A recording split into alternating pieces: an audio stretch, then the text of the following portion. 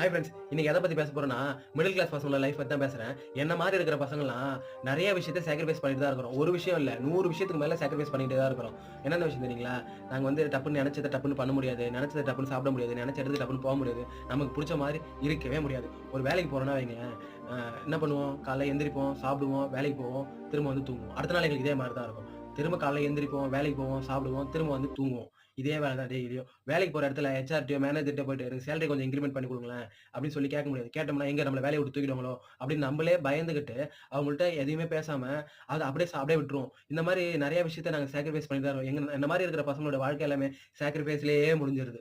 டப்புன்னு எதுவும் வாய தொறந்து டப்புன்னு கேட்கவே முடிய மாட்டேங்குது. அந்த பயம், எங்க நம்மள வேலைய விட்டு தூக்கிடுவாங்களோ? வேலைய விட்டு தூக்கிட்டா நம்ம வேற வேலைக்கு என்ன பண்றது? உடனே நமக்கு வேற வேலை கிடைச்சுருமா? வேற வேலைக்கு போனோம்னா, டப்புன்னு நம்மளுக்கு சம்பளம் குடுப்பாங்க. நல்ல சம்பளம் குடுப்பாங்களா? அப்படின்னு அத நெனச்சு பயந்துகிட்டே தான் எங்க லைஃப் போயிட்டு எல்லா விஷயத்திலயும் சாக்ரிஃபைஸ் பண்ணிக்கிட்டே தான் எங்க வாழ்க்கை போயிட்டே இருக்குது. என்ன பண்றதுன்னு தெரியல. ஆனா